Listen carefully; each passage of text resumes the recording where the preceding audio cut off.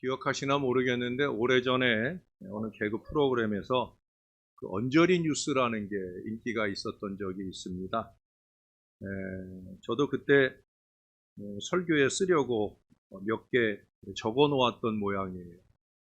제 예화 수첩에 그 내용이 있더라고요. 제가 몇 가지 읽어보면 이렇습니다. 전과자에 대한 사회의 문이 더욱더 활짝 열려야 될 것 같습니다. 전과 13범으로 새로운 사회인이 되겠다던 원주의 백모 씨가 어제는 10개의 회사에 입사 원서를 냈는데 가는 곳마다 전과자라는 이유로 퇴짜를 맞자 이에 비관한 나머지 그만 스스로 11번째 원서를 샀다고 합니다. 너무 심각하게 들으시네요. 여러분, 겨울철 얼음낚시 조심하셔야겠습니다. 어제 한강에서 안전장비 없이 혼자서 얼음낚시를 하던 신림동 조모 씨는 갑자기 얼음이 깨지는 바람에 그 자리에서 냉수마차를 즐겼다고 합니다. 방금 들어온 속보입니다. 어제 저녁 TV에서 뉴스를 시청하던 강원도에 사는 최 씨는 3,689명이었다고 합니다. 내일의 날씨를 말씀드리겠습니다. 내일도 전국이 영하권의 추운 날씨가 계속될 것으로 예상됩니다. 특히 잠시 주춤하던 북태평양 기단의 세력이 강해져 강원도 산간지방에 100mm에서 200mm가량의 고구마가 맛있답니다. 이상 언저리 뉴스였습니다. 이 언저리 뉴스들은 그 특징이 뭐예요? 핵심이 없죠. 이름 그대로 언저리만 맴돌다가 싱거운 웃음으로 끝나게 되어집니다. 그야말로 어이가 없죠. 그런데 여러분, 우리의 신앙이 이와 같아서는 안 될 거예요. 언저리만 맴도는 언저리 신앙. 그저 언저리 전도 흉내나 내다 아무 열매 없이 끝나는 언저리 전도. 이런 것들은 열매가 없어요. 개그는 웃음이라도 주는데 이런 언저리 신앙 가지고는 하나님이나 사람들의 눈살을 찌푸리게 하는 경우가 더 많다는 거예요.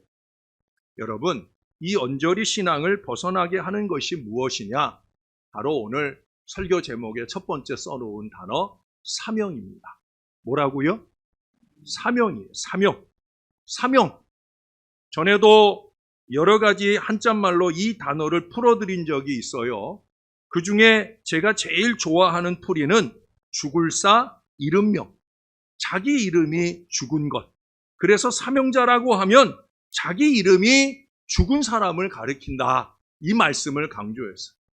특히 어떤 사명의 일들을 감당했을 때 자꾸 그거 해놓고 자기 이름이 드러나기를 원한다고 하면 그 사람은 건강한 사명자가 아니라고. 언제나 우리는 가려주시고 하나님만 영광 받으시기를 원하는 그 마음으로 사명을 감당하는 저와 여러분들이 되어야 할 줄로 믿습니다. 할 수 있으면 그 임무를 위해서 자기를 죽기까지 내어줄 수 있는 사람, 그게 바로 사명자라는 거예요. 그러나 사실 사명자는 죽지 않아요. 저에게 유아 세례를 베푸르셨던 고 이성복 목사님, 그 어르신은 평소에 늘 하시던 말씀이 뭐냐? 사명자는 죽지 않는다라는 마음으로, 그래서 허연 수염을 들이우시고 그 연로하신 가운데서도 쩌렁쩌렁 하나님의 복음을 전하는 그런 어른으로 제 마음에 남아있어요. 사명자는 죽지 않아요. 여러분, 우리에게 목숨이 있지 않습니까? 즉 생명이 있어요. 이 세상에 태어나는 사람으로 사명이 없는 사람은 없어요. 본인이 미처 깨닫지 못해서 문제일 때가 있지 반드시 산 사람에게는 사명이 있다는 거예요. 자, 그런데 생명이 귀할까요? 사명이 귀할까요? 흔히 생각할 때는 생명이 귀하다 생각하지만 그렇지 않아요. 적어도 신앙적으로는 그렇지 않아요. 사도행전 20장 24절에 보면 바울이 이렇게 고백을 합니다. 나의 달려갈 길과 주 예수께 받은 사명, 곧 하나님의 은혜의 복음 증거하는 일을 마치려 하면은 나의 생명을 조금 더 귀한 것으로 여기지 아니하노라. 바울 사도는 사명을 위해서 목숨을 바쳤습니다. 사명보다는 생명이 귀하지 않다는 거예요. 아니, 사명을 위해서 자기 이름, 자기 목숨을 다 내놓고 산다는 거예요. 우리가 이 세상에 태어날 때 사명을 위해서 태어났기 때문입니다. 여러분, 사명이 먼저 주어지고 그 다음에 생명이 주어지는 거예요. 물론 세상의 논리는 그렇지 않아요. 세상의 논리는 생명이 먼저요. 태어나고 난 뒤에 후천적으로 사명이 주어진다라고 생각을 하지만 우리 신앙은 그렇지 않아요. 왜? 우리는 하나님이 우리를 만들어 이 세상에 보냈다고 믿는 신앙이잖아요. 그 하나님이 아무 생각 없이 우리를 이 세상에 보내신 게 아니라 우리 각자의 사명을 넣어서 이 세상에 보내셨다는 거예요. 여러분, 이 그릇을 보셔요. 컵이죠, 컵. 이 컵을 만드는 사람이 이 컵을 만들 때 그저 진흙을 쪼물딱 하다 보니까 컵이 되어서 이거 컵으로 써야 되겠다. 그러는 경우는 별로 없잖아요. 그렇죠? 컵을 만들어야 되겠다. 모양은 이렇게 하고 디자인은 이렇게 해야 되겠다. 그래서 기왕에 먹는 거 맛 좋게 보기 좋게 먹도록 해야 되겠다. 이 의도를 가지고 이 사명을 부여하면서 이 컵을 정성껏 만들어요. 사명감이 없는 인생은 그럭저럭 만들어진 그 어떤 무엇처럼 자기 인생을 되는 대로 대충 살아갈 거예요. 그러나 하나님이 나를 이 땅에 보내신 사명이 분명하게 그 마음에 깨어있는 사람은 그 사명을 위해서 최선을 다할 거예요. 바울은 바로 그래서 사명을 위해서 생명을 귀한 것으로 여기지 않는다라고 말한 거예요. 그렇다면 무조건 생명을 내놓겠다, 그 말은 아니에요. 때로는 이 사명을 위해서 목숨을 바쳐야 될 때가 되면 내가 기꺼이 내 생명을 내놓겠다라는 얘기예요. 그만큼 사명이 중요하다는 말입니다. 자, 그렇다면 이 사명에 충실한 사람은 반드시 성공적인 인생을 사는 사람이 될 수 있을 겁니다. 사명을 망각하고 남을 나라 하고 사는 사람에게로서 이 세상에서 성공하는 사람이 어디에 있습니까? 사명의 생활에는 반드시 그 사명에 따르는 승리와 성공이라고 하는 그 열매가 주어진다는 거예요. 그건 내가 정하는 게 아니에요. 바울도 그러잖아요. 마치려 하면은 했지만 그러나 여전히 달려가겠다. 왜? 하나님이 아직 아니다. 예? 끝이 아니다 하면 끝이 아닌 거예요. 내가 마침점을 찍는 게 아니라 하나님이 찍어주시고 그 마침점을 통해 마지막 순간까지 하나님께 영광 되도록 우리는 그런 사명의 사람으로 살 수 있어야 된다는 거예요. 여러분, 오늘 본문에도 보세요. 19절에 보시면 그러므로 너희는 가서로 시작해서 사명이 주어집니다. 사명의 내용이 뭐예요? 모든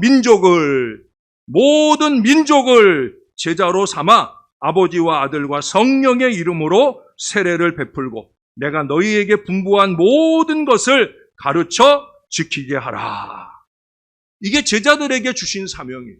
아니, 제자들에게만 아니라 주님의 제자가 되기를 원하여 신앙하며 살아가는 오늘 우리 모두의 사명인 줄로 믿습니다. 이 사명이 먼저입니다. 여러분, 그 어떤 무엇보다 교인도 교회도 언제나 이 사명이 먼저예요. 그리고 이 사명 뒤에 약속이 따라오잖아요. 뭐라고 그래요? 볼지어다 내가 세상 끝날까지 너희와 항상 함께 있으리라. 할렐루야. 여러분, 전도와 선교의 사명에 충실하면 바로 이 임마누엘의 약속이 우리 거가 된다는 거예요. 하나님이 예수님이 함께 하신다. 어떤 예수님이? 그 앞에 18절에 얘기하잖아요. 하늘과 땅의 모든 권세를 가지신 예수님이 우리와 함께 하신다는 거예요. 약속이 축복된 결실을 안겨다 줄 보장이 바로 여기에 있는 줄로 믿습니다. 할렐루야! 하나님의 은혜의 약속이에요. 그러나 여러분, 우리 모두에게 제일 우선으로 부여된 이 사명, 땅끝까지 복음을 전하라고 하신 이 예수님의 이 명령은 솔직히 말해서 너무 비현실적이라는 생각이 들어요. 그 이유는 뭐예요? 나 자신의 무력함, 연약함, 이걸 들여다보면 그렇잖아. 주님은 모든 민족을 제자로 삼으라 했는데 민족은 고사하고 내 나라, 이 언어가 통하는 우리나라 사람에게 복음 전하는 일조차 얼마나 힘겹고 어렵습니까? 네? 여러분, 제 말이 의심스러우면 내일이라도 전도지 또는 교회 주보 들고 저 신정역 사람들 많이 오가는 곳에 혼자 나가서 한번 예수 믿으세요 하고 이걸 한번 전해보세요. 네? 나는 정말 내가 지울 수 없을 그 따뜻한 미소를 가지고 이걸 전하는데 사람들이 탁 한 번만 쳐버리면 그러면 가슴이 확 무너져 내립니다. 네?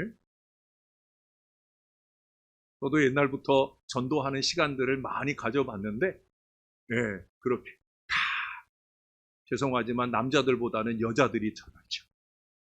아주 그냥 냉정합니다. 쌀쌀해요. 네. 특히 이제 여자들이 이렇게 전도지를 전하면 남자들은 그래도 받아. 네. 그러고 끄떡끄떡 하기도 하고. 근데 여자들은 남자가 전하나 여자가 전하나 아주 쌀쌀한 경험들을 많이 하게 됩니다. 그럴 때마다 느껴요. 과연 주님의 이 지상 명령을 내가 수행하는 게 맞는가 싶은 참담한 마음이 들어요. 그건 우리만 그런 게 아니에요. 초대교회 예수님에게 직접 이 명령을 받은 11명의 사도들도 마찬가지. 생각해 보세요. 그들 대부분 그 당시에 무시당하던 갈릴리 지방에 배우지 못한 사람들이에요. 그런 사람들에게 온 세상에 다니면서 복음을 전하라 했으니까 이게 무슨 현실성이 있겠습니까? 그리고 나중에 예루살렘 다락방에 모인 120명도 마찬가지. 거기 여자, 남자, 노인, 아이 할 것 없이 다 모여 있는데 그들의 면면을 보면 뭐 이렇다 하게 내놓을 만한 사람들이 없어요. 예?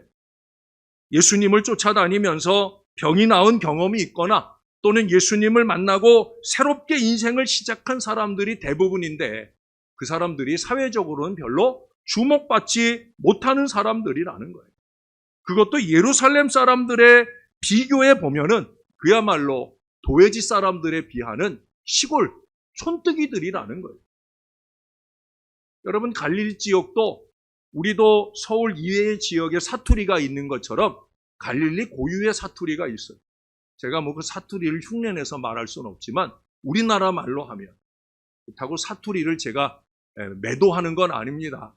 예를 들자면 그렇다는 거예요. 서울 사람 앞에서 예수 믿으셔요. 예수님께서 사흘 만에 부활했쇼? 여러분, 그러면서 복음 전하면 그게 과연 도회지 예루살렘 사람들에게 얼마나 설득력 있게 다가가겠느냐는 거예요. 그럼에도 불구하고 온 천하에 다니며 복음을 전하라 했으니 이게 얼마나 큰 문제가 아닐 수 없다는 거예요. 근데 이건 아무것도 아니에요. 또 한 가지 더 큰 문제가 있어요. 그건 뭐냐? 이 세상이 너무나 악하다는 거예요. 세상은 아직도 하나님의 원수인 사단이 점령하고 있어서 그래요. 예수님이 십자가에 죽으시고 부활하셔서 이미 악한 권세, 사망 권세를 짓밟고 승리하신 건 사실입니다. 그러나 여전히 하나님을 대적하는 이 악한 세력들이 활동하고 있다는 거예요. 교회 밖세상만 아니라 안타깝게도 교회 안에조차 이 악한 사단의 앞잡이들의 준동을 간혹 보게 되잖아요. 그러므로 예수님께서 이 세상에 마귀와 사탄과 악령을 일컬어서 세상의 신이라고 그렇게 요한복음에서 3번이나 반복해서 말씀하셨어요. 그만큼 그들의 권력을 인정하시는 거예요. 그리고 예수님께서 십자가에 죽으시고 부활하셔서 이미 하나님의 나라가 이 땅에 임한 지 30, 40년이 지난 바로 그런 시점에 사도 바울도 고린도후서 4장 4절에서 사단을 가리켜서 이 세상 신이라든지 이 세상 왕이라고 말하고 있어요. 그러므로 주님은 승리하셨지만 아직도 사단은 병도 안 걸렸어요. 드러누워서 골골 앓고 있는 것도 아니란 말이에요. 여전히 기세등등하여 계속해서 우리 주님의 나라와 영적인 싸움을 왕성하게 일으키고 있는 무서운 세력이라는 거예요. 그러므로 우주는 아직도 전쟁 중입니다. 하지만 하나님과 사단의 세력이 비등해서 서로 파워게임을 하는 그런 전쟁은 아니죠. 이것은 일종의 내란이나 또는 테러라고 말할 수 있겠어요. 사단의 역사, 교회 안팎에 일어나는 그 모든 역사들은 그저 테러요 내란입니다. 여러분, 미국의 경우에 초강대국 아닙니까?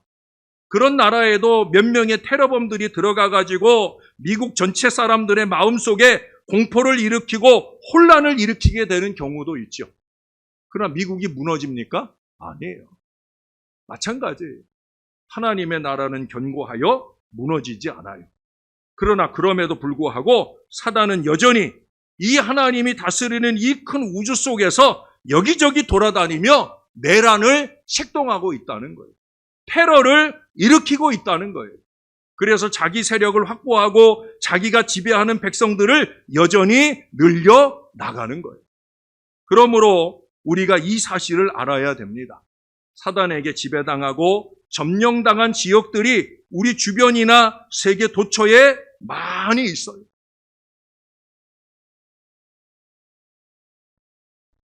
세상에만 그러면 다행입니다.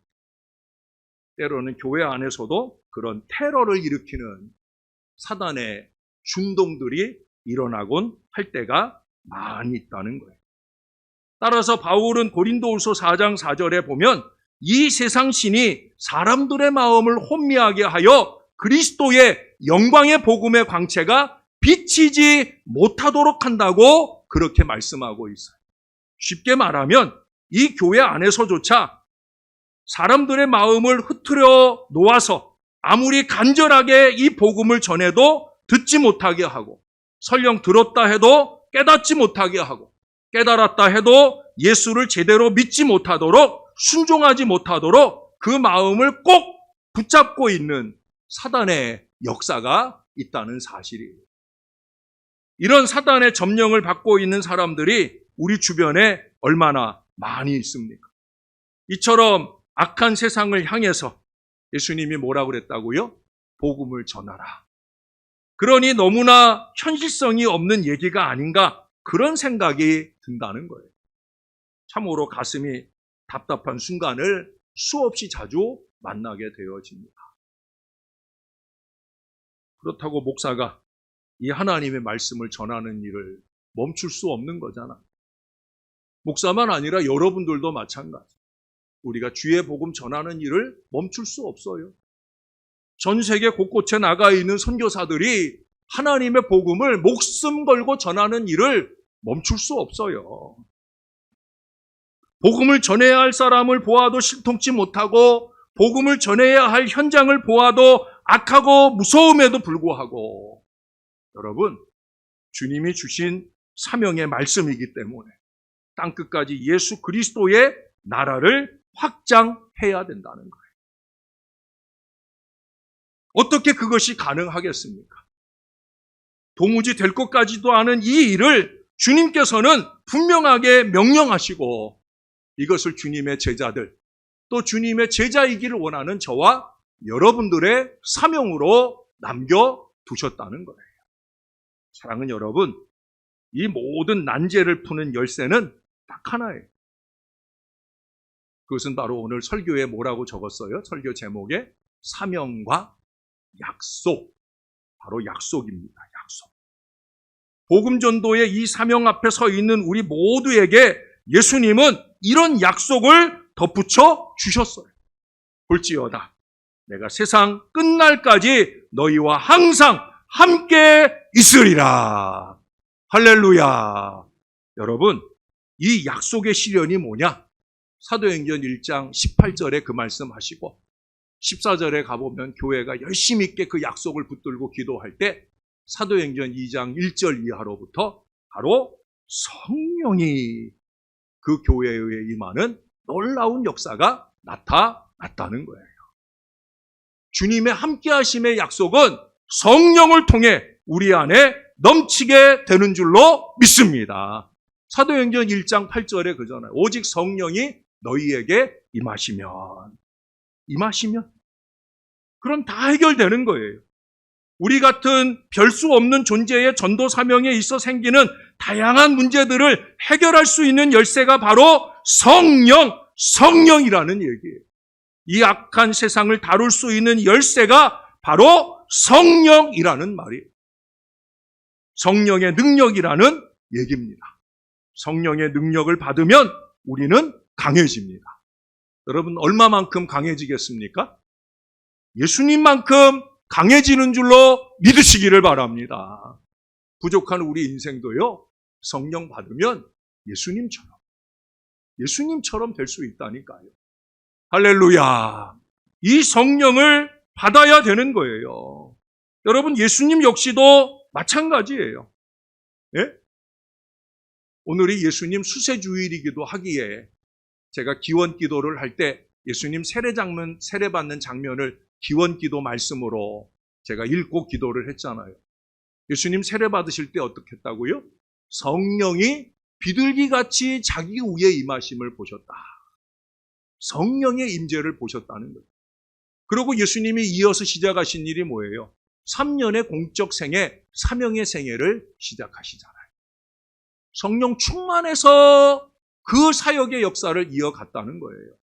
실제로 실제로 사도행전 10장 38절의 말씀에 이렇게 적고 있어요. 하나님께서 나사렛 예수에게 성령과 능력을 기름 붓듯 하셨음에 그가 두루 다니시며 착한 일을 행하시고 마귀에게 눌린 자를 고치셨으니 이는 하나님이 함께 하셨습니다.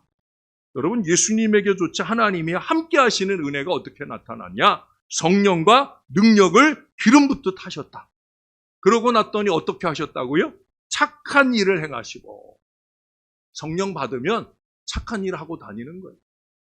성령이 없으니까, 성령 대신에 악령이 가득하니까 자꾸 나쁜 일 하고 나쁜 말 하고 다니는 거지, 성령이 충만하면 착한 일을 하는 거예요. 마귀에게 눌린 자를 고쳐주시는 역사를 하는 거예요. 누구도 그랬다고요? 예수님께서 세상에 복음 전하시고 십자가에서 승리하신 이 모든 일들이 성령의 능력을 통하셔였다. 사랑하는 여러분, 예수님 자신이 그렇게 하셨기 때문에 오늘 우리 제자들과 우리들에게도 똑같이 하라고 말씀하셔요. 너희들이 성령을 받아야 된다. 성령을 받아야 땅끝까지 복음을 전할 수 있다. 그렇게 말씀하시고 가르쳐 주시는 거예요. 여러분, 예수님 부활하시고 나서 제자들에게 나타나신 모든 장면을 보세요. 첫 번째 하신 말씀은 샬롬, 평강에 있을지어다 하셨고요. 두 번째 하신 말씀은 뭐예요? 성령을 받으라. 성령을 받으라. 예? 바꿔 말하면 성령 없으면 선교 안 하고 전도 못 하는 거예요. 아니, 오히려 선교하고 전도하는 일을 방해하는 마귀 편에 서서 일하는 거예요. 여러분, 선교와 전도를 방해하는 건 마귀 짓이죠, 그건. 마귀는 별로 원하지 않아요.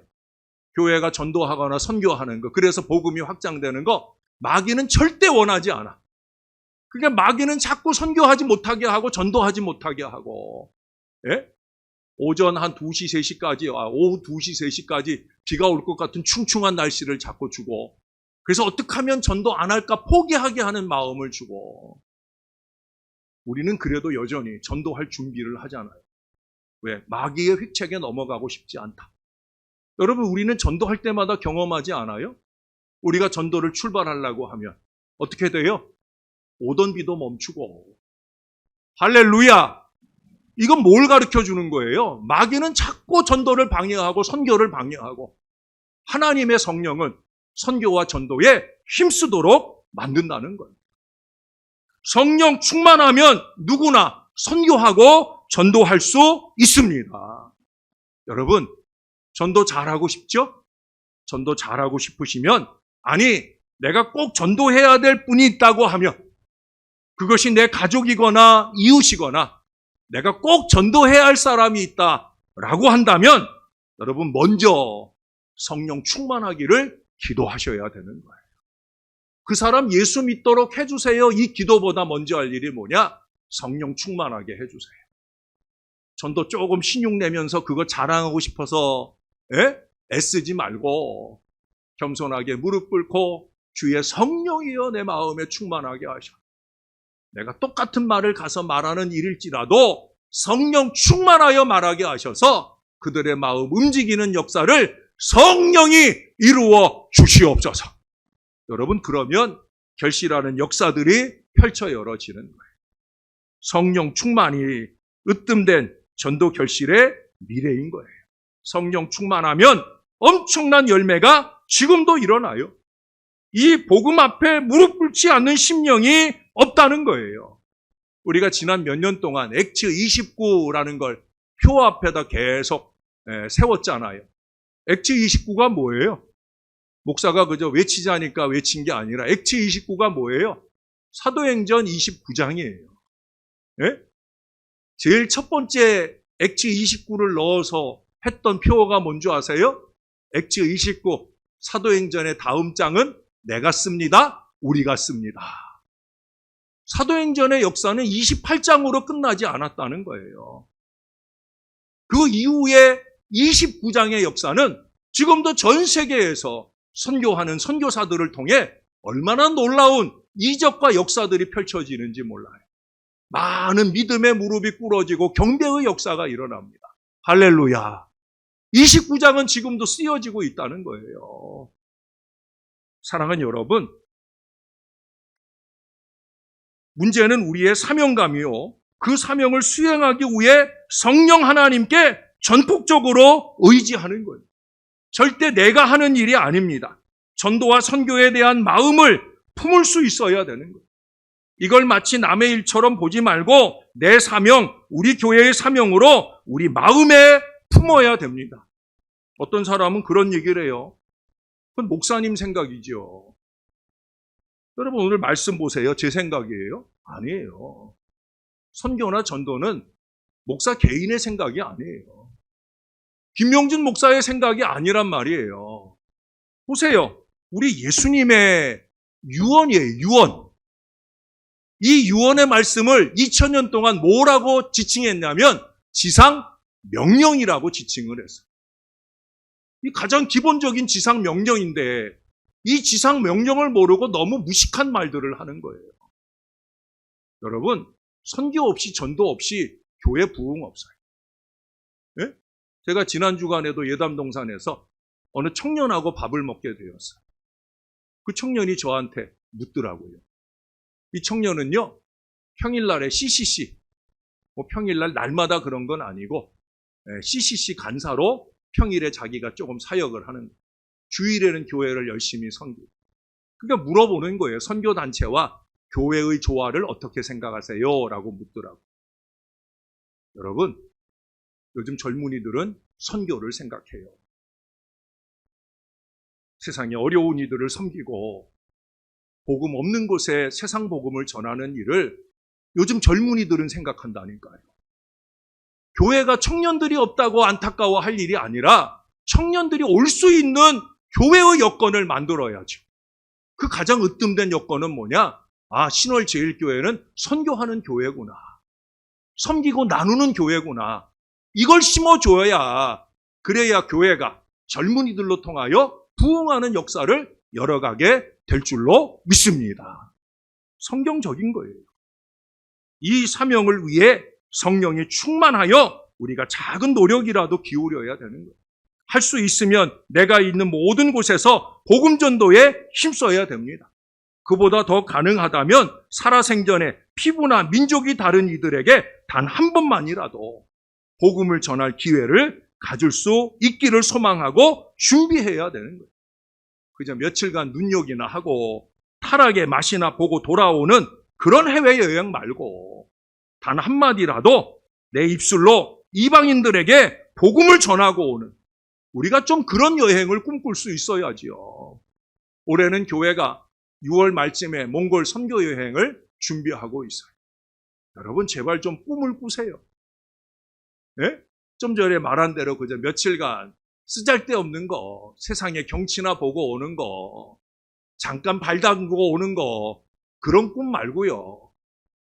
담은 하루 이틀이 되어 내가 예수 복음 전하는 이 믿음의 사람으로 쓰임 받고 싶다.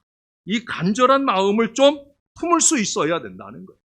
뭐 도저히 그럴 수 없는 형편이다. 그러면 여러분 적게라도 우리가 물질로 선교하고 그 물질보다 더 기도로 섬기는, 그래서 목숨 걸고 복음을 전하는 선교사들을 후원할 수 있어야 됩니다.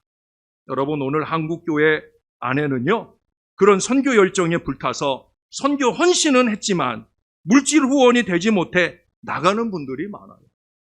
또 요즘에 코로나 이후로 교회가 어렵다니까. 아니 교회가 어려우면 다른 걸 긴축해야지 선교를 줄여요, 선교를.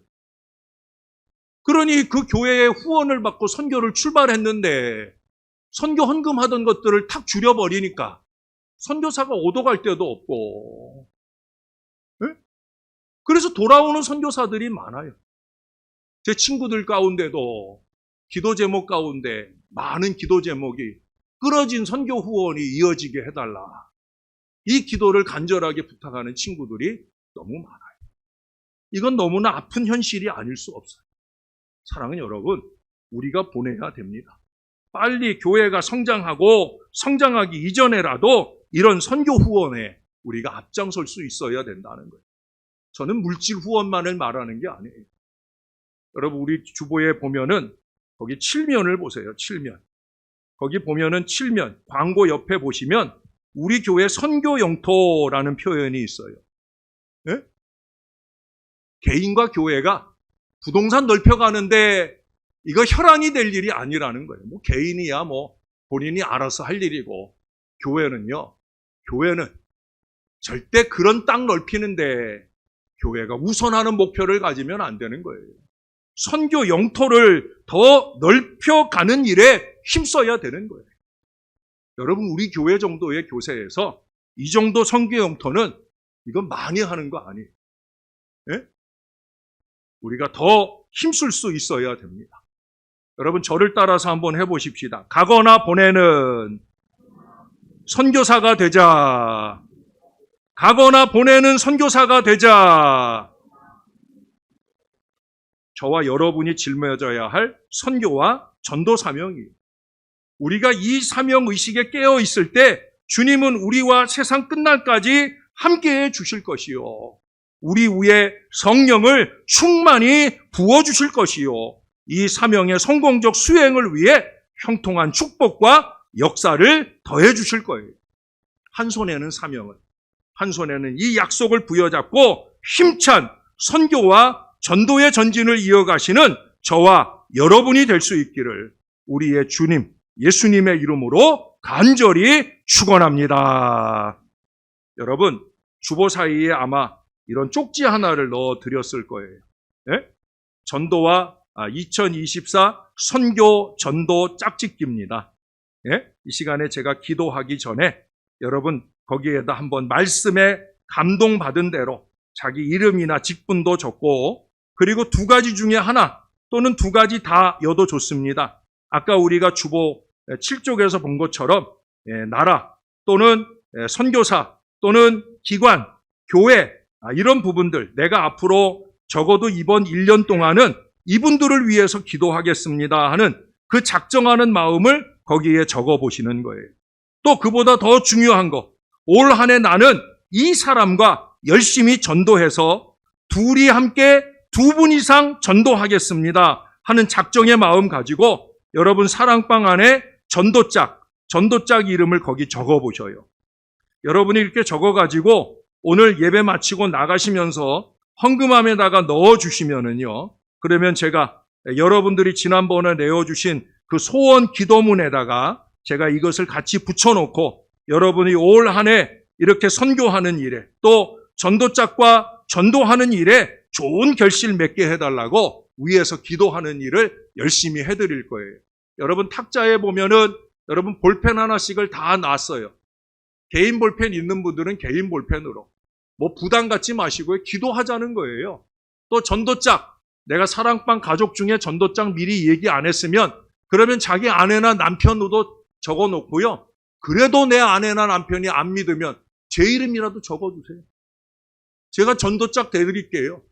저랑 함께 기도하면서 여러분 전도 대상자들을 위해서 올 한 해 우리가 열심 있게 전도의 결실을 맺어가는 올 한 해가 됐으면 좋겠어요. 제가 시간을 길게는 못 드리고요. 30초 후에 제 기도를 시작하겠습니다. 마음에 감동받으시는 대로 여러분이 선교 영토를 넓히는 일에 힘써 주시기 부탁을 드립니다.